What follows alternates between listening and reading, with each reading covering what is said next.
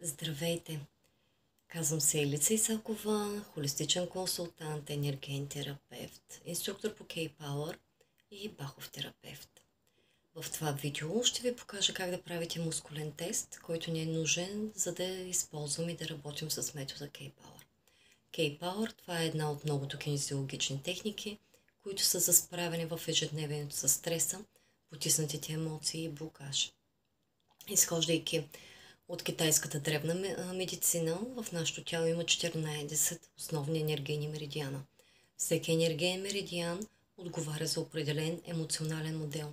И всеки път, когато изпитаме страх, някаква негативна емоция, подложени сме в ежедневието си постоянно на стрес, в нашето тяло се получават блокажи. Може да се каже така, че имаме едни депа и когато изпитаме някакъв негативен модел, се получава щрак и се получава блокаж. Съответно, цялата жизнена енергия започва да се затлачва. Тя не може да циркулира свободно в тялото. Какво правим с K-Power? Освобождаваме тези енергийни блокажи, за да можем да сме по-хармонични, да можем да постигаме нашите цели и желания, да се справяме с отрицателните негативни модели, да вдигаме енергията си. Въобще да можем в ежедневието си да се справяме с стреса. Какво е необходимо, за да направите мускулния тест?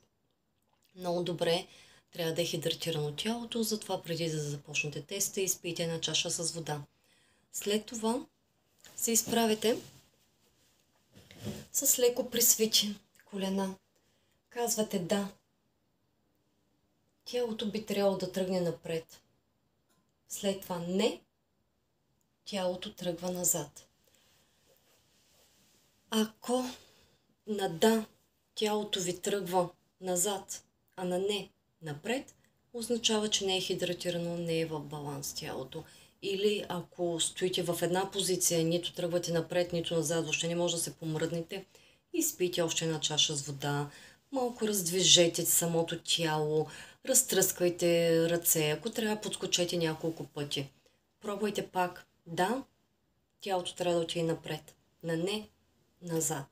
Ако все още продължавате, по никакъв начин тялото ви не се помръдва, тогава волево ще го приучим. Как става това?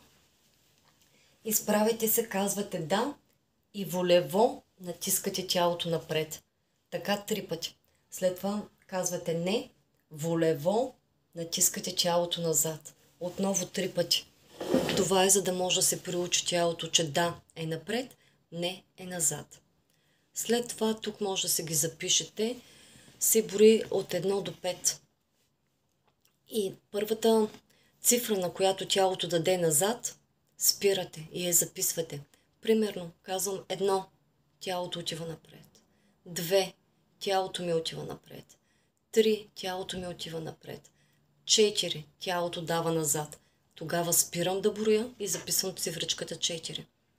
И тук сега може да се ги запишете. От 1, ако тялото ни на 1 е дал назад, почваме да броим от 1 до 12. На 2, от 1 до 10. На 3, отново от 1 до 10. 4, от 1 до 8. 5, от 1 до 25. Като първо пропуснахме, малко се връщаме назад, трябва да се намерим тема за баланс. Какво може да бъде тема за баланс? Всичко. Всичко абсолютно в ежедневието ни.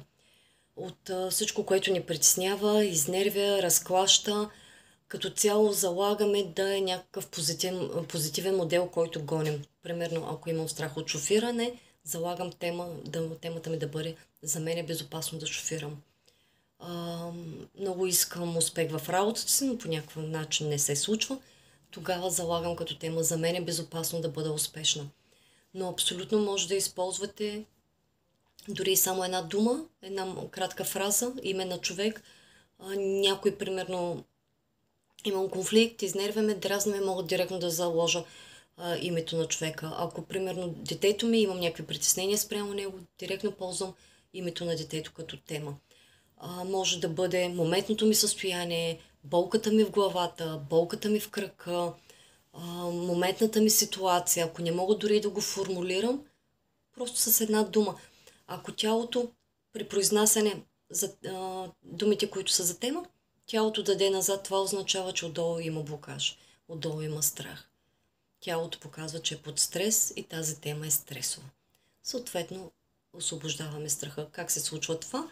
Когато имаме двете цифри, аз ви подавам какъв е страхът и след това през допира по енергийните меридиани, дали ще бъде лек натиск или съвсем допир по определени точки на главата, освобождаваме тези блокажи. Надявам се видеото да ви е полезно и да се включвате и да правим K-Power баланс за едни по-леки и хармонични дни. До скоро, чао!